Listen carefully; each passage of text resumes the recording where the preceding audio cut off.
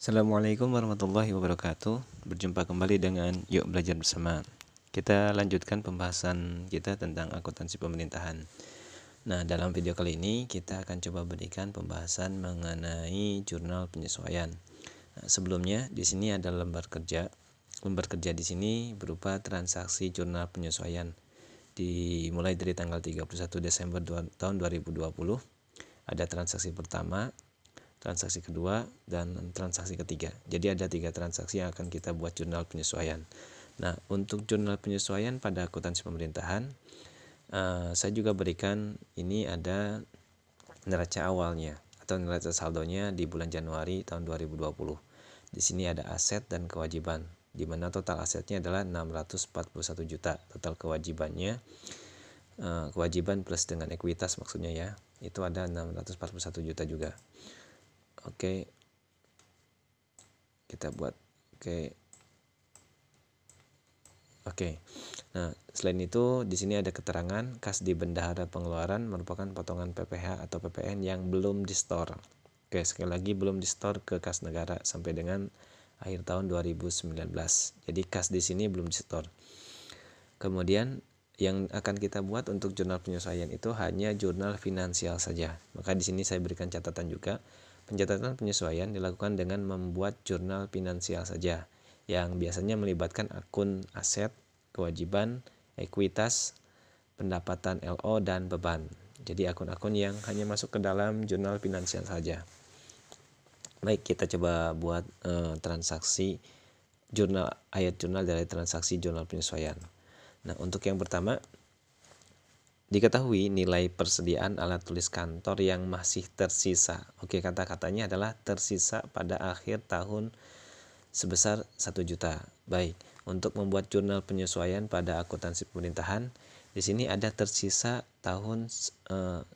akhir tahun yaitu 1 juta. Artinya bahwa harus kita lihat dahulu di neraca saldo awalnya.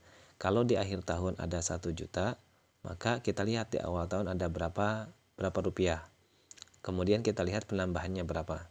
Kita lihat di neraca saldo atau neraca awalnya, persediaan kantor itu awalnya 500.000. Nah, sekarang di akhir tahun ada 1 juta, berarti terjadi penambahan 500.000. Maka kita buat jurnal penyesuaiannya adalah yang pertama persediaan alat kantor, kemudian atas beban persediaan alat kantor, karena alat kantor yang ada itu akan digunakan sebesar 500.000. Kenapa 500.000? Karena tadi di awal tahun ada 500, kemudian di akhir tahun ada 1 juta, berarti terjadi penambahan persediaan alat tulis kantor sebesar 500.000 rupiah. Oke, ini jurnal penyesuaiannya. Ingat, hanya di jurnal finansial saja yang dibuat untuk jurnal penyesuaian. Yang kedua, berdasarkan kebijakan akuntansi Pemkab sehat selalu. Jadi nama Pemkabnya adalah sehat selalu. Penyusutan aset tetap mulai diterapkan terhitung tahun anggaran 2020 ya. 2020, metode penyusutan yang digunakan adalah garis lurus dengan asumsi nilai residu 0. Diasumsikan penyusutan dilakukan setahun penuh berdasarkan saldo akhir aset tetap akhir tahun. Masa manfaat tetap ditetapkan.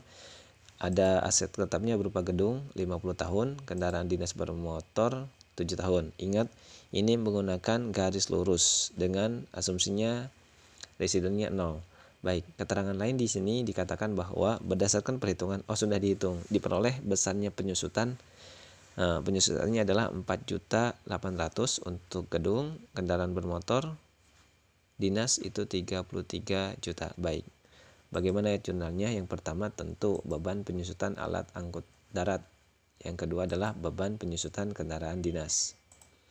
Yang ketiga tentunya akumulasi. Dan yang keempat juga akumulasi. Baik, angkanya bisa kita lihat. Oke, angkanya adalah 4.800.000 untuk gedung, kemudian kendaraan bermotor itu 33 juta. Oke, ini sama halnya seperti di perusahaan dagang dan perusahaan jasa. Yang terakhir, Tagihan belanja barang dan jasa berupa belanja langganan daya dan jasa untuk bulan Desember tahun 2020 ya.